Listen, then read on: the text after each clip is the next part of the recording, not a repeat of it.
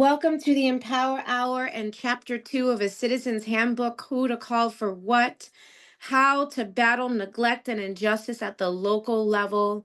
And people say, well, you got to organize at the local level. Everybody keeps telling people that, but this book tells you how by just notifying you as who to call for what.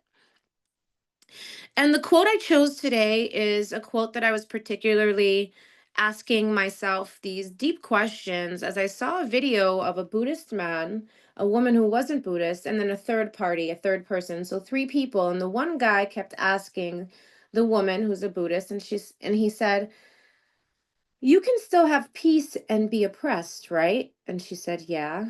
"You can still have peace and, be enslaved, right?" It's like, yeah.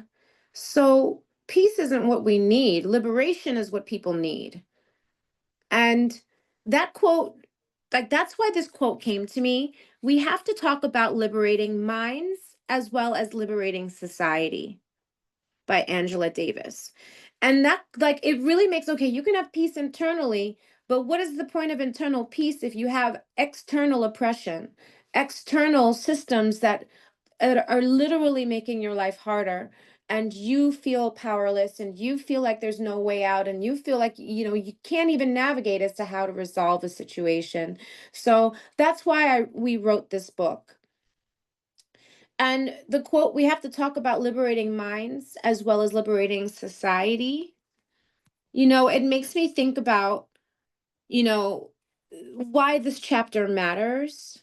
Life throws challenges at you: housing, health, schools, security, safety, now healthcare and food.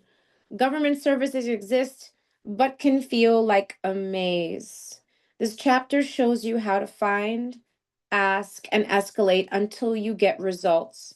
And I know 40 million people as of tomorrow will be without food, that were on food assistance through our government. And at the end, I will share a website that you can go to that will give you national locations of any food banks, local farms. I really highly recommend people go to your local farms, bake your roots and tubers, have squash, have healthy food, do as much as possible, and it helps your immune system and nutrition in your body. So if you see any of those farms on there, highly recommend. And some of you are in amazing locations where I'm in New York City. I'm like, oh my gosh, I wish I could get a farm, and just go out there and grab stuff. So, but with this quote, what's one time you felt lost in the system? If anybody wants to come off the mic, what's one time you felt lost in the system?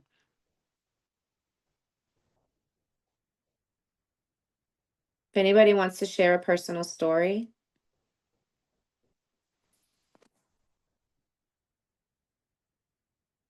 or who helped you find your way or who didn't. These are important questions to really look at. What's one time you felt lost in the system? For example, with myself, right? One time I felt lost in the system, and I was sharing last week how my dad was bumped off of Medicaid health insurance and Medicare, which he paid into. It's not a free program. He's tax dollars paid for it, and they dropped him illegally without getting a notice in the mail, which is the rule, right?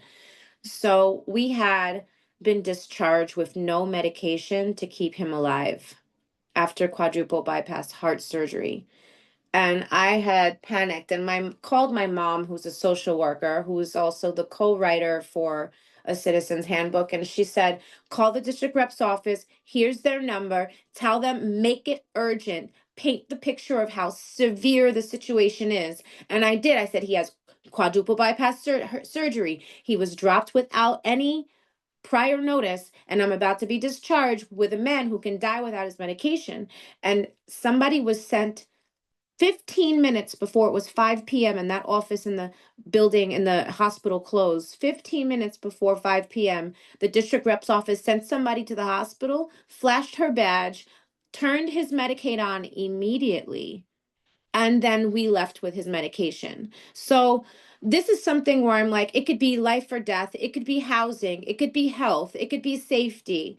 And does that bring up anything for you, a time where you felt lost in the system, or you felt like you were going through a life experience and you were all on your own and there was nothing else to do but maybe ask a friend or ask someone to borrow something and you didn't know that that was there? If anybody wants to come off mic.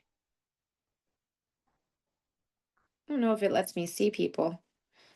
No, it doesn't.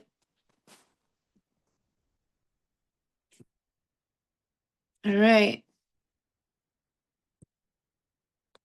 Moving on. So there's 7 steps to navigating services. Step 1, you want to identify your need. Name your problem clearly. Write it in one sentence. Make it persuasive. Make it visceral. Make it color for them what it is that you're going through.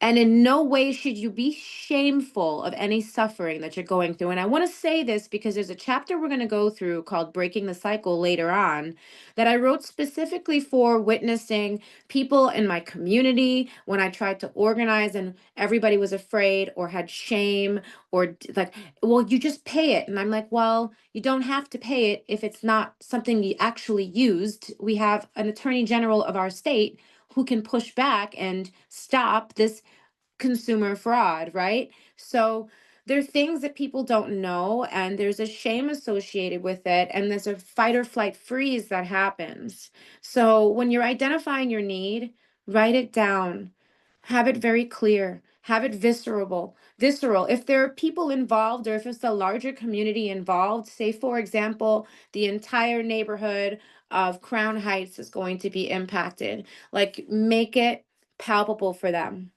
So identify your need. 1. 2, start local. So if you have, begin with 211 or local services and say, hi, I need help with X. In New York City, we have a 311 number. So if you have any needs, I'm talking about you need housing, you need to quit smoking, you need to report a noise complaint, you need to find out the parking meter rules, you need to find out the one thing Bloomberg did right was fix 311. You can call 311, or it's probably 211 in your county, and you can find out any information and get guided to any government agency that provides any service of what you need that you're dealing with. Say you're going to be evicted from your house. Say you need help. Guess what? You can go to your district representative's office and you can contact them. And a lot of the states still have one-shot deals, and they're helping people stay in their homes because there's a housing crisis. So starting at the local level, always start with your district rep. State your problem. You can call the local number, you get attached to whoever the organizations are. 311 or 211 will get you support. And if you're unsatisfied, go up at the district level. Call your district representative if you're unsatisfied with calling the 311 or 211 hotline. The next step is your district rep. Step 3, if you're unsatisfied at your district rep's level, go to your senator, your state senator. And you can go to findmyrep.gov, findmyrepresentative.gov, and you can find out who your senator is by putting in your zip code. And your senator's office is responsible for escalating any situation that is not solved on the local level higher and to address it. So if your district rep's office does not help you, you go up to your senator's office. And then step 4, there's a federal level. So civil issues, larger issues or civil rights, contact federal agencies and go up the federal level. So go local, state, and federal. Keep your records, keep track of you're going to get numbers that you're going to have to keep track of, the case file number. When you file a case with them, they will give you a case number. You're going to have to keep track of the case number, keep track of the dates, keep track of your case. For example, my landlord and I have a case with Con Edison through our senator's office. I had a Google Drive folder that had all the receipts from the evidence that we have of our case. It has the consumer fraud that's happening. It has a synopsis of the situation. It has all the case numbers that I've filed with not only the city level, but the attorney general, the attorney of our state's office complaint that I filed. And by law, they have to address it. So I'm waiting for a scheduled mediation with Con Edison to disappear this consumer fraud, because the final result that they came to is inaccurate. No one's responsible for paying anything when meters were broken and they had to replace our gas, electric, and water meters because they were faulty. And now they're trying to stick us with the $8,000 bill. And we're like, nope, stick it to you right back, because ain't nobody got $8,000 to be given away that we never used. So these are some of the examples of how you can go from the local level where I was unsatisfied with my local offices. And now my senator's office is calling my local representative's office and putting them on the phone with the attorney general's office. And there will be a three-way with Con Edison as the fourth to address the energy and consumer fraud issue and deal with the case and the evidence at hand and have a mediation. And the question that I asked my attorney general's office is, shut it down. If it's consumer fraud, if it's against the law, if what they're doing is wrong and it's clear, shut it down. Why do we need to have a mediation? Right? So after I went to my local level and they said, well, we can advocate for you, but the energy company can do whatever they want. And I said, oh, what do you mean they can do whatever they want? They can just stick people with bills and fake meters that are messed up and people have to just pay it? Absolutely not. So I filed a case with my attorney general's office because I was incomplete with the fact that that was enough. Any questions, anybody? And know your rights and emergencies. Again, if you have abuse, safety, or mental health, of course, call 911 and hotlines. So, personal stories. When I had to ask for help, y'all, this is a very hyper individualistic society. It makes us feel like wrong for asking for help. I can't even tell you how many times I was made wrong asking for help. And so I ask you to ask yourself, when did you or someone you know have to call for help? And what was confusing? And what worked? And what didn't work? Right? Sometimes we ask for help and then we have a negative experience when we ask for help. And then we say to ourselves, because the human condition is such, I'll never do that again. And then we make our lives smaller and smaller, and then we're carrying a boulder up a mountain by ourselves. And that 'tis the story of my life, which had me break free and release the boulder on my back that wasn't weight that I needed to carry. And asking for help is part of our human existence as a collective. And remember, before modern society, humans lived in villages. Humans couldn't survive without each other. So help is actually the most human thing to do, is to ask for help. Just want to put that out there. All right, game time. I'm gonna need participation from peoples. Who is down? Who's gonna be able to participate? So, game time. Who you gonna call? Not Ghostbusters, because it's Halloween. Who you gonna call? Ghostbusters. So we're gonna find out. We're gonna practice who you're gonna call. I just walked through who you call, starting at the local level all the way up. And we're going to play a game to make sure that what we went over sticks. Because sometimes people say something and it's like we're all different learners. Some of us have to play a game or touch it or feel it or experience it for it to stick. So we're going to play a little game. All right. How to play. You'll read the scenarios and you're going to shout out or type the right agency. Wrong answers equals a funny sound effect or girl, like, and the first five to get it right. Navigating the government will be the government navigator of the week.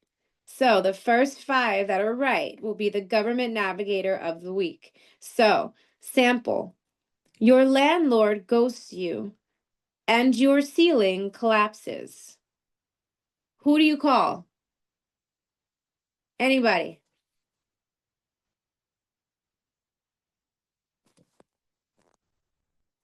your housing department first. And if not your housing department, you call the 311 number and start filing a complaint. And after you file a complaint, you get your complaint number that you filed.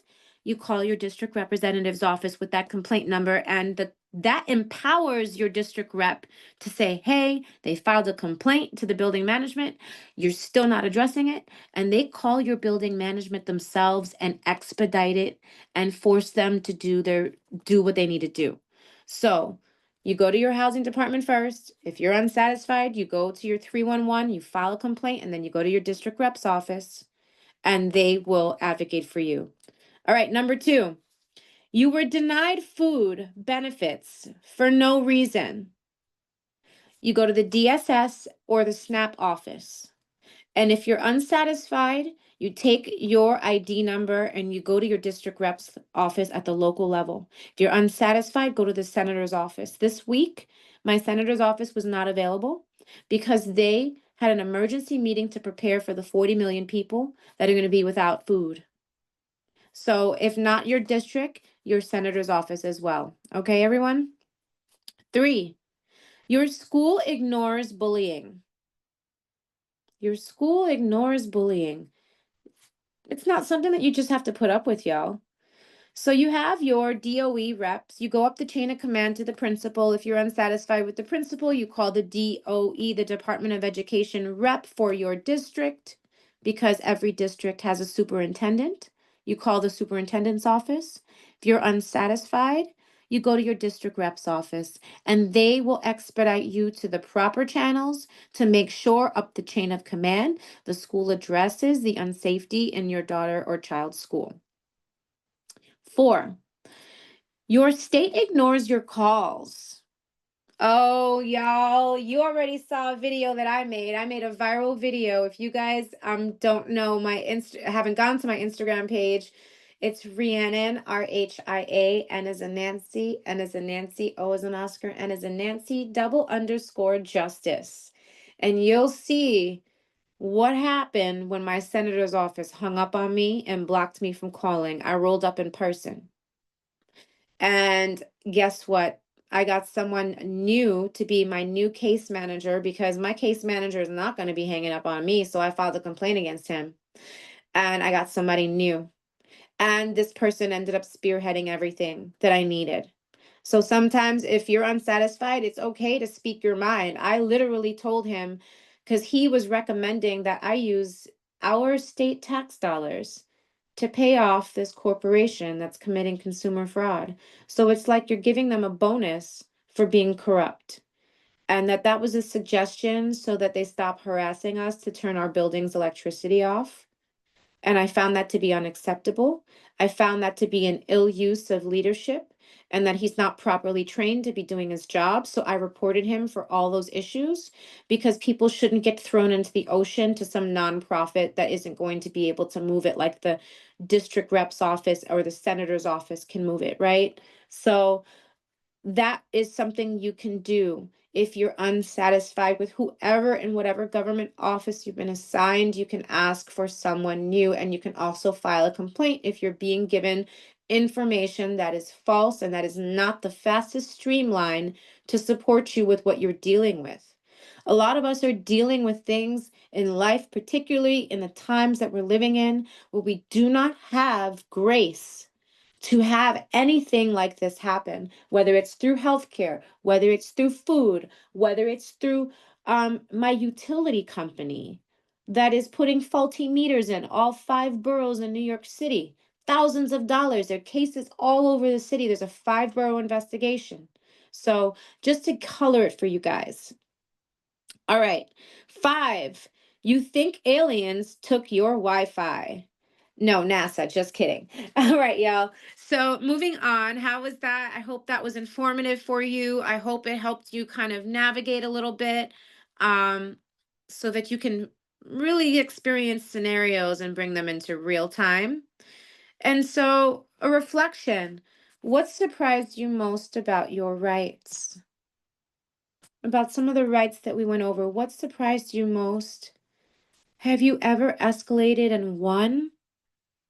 Because you're talking to somebody who escalated and won every single time. When you know that something is happening, is not right, you keep going up the chain of command until you get your justice. And this goes back to the quote of we don't need just inner peace. We need liberation. And we have the power to liberate ourselves by knowing who to call for what and knowing how to escalate our situation so we can win.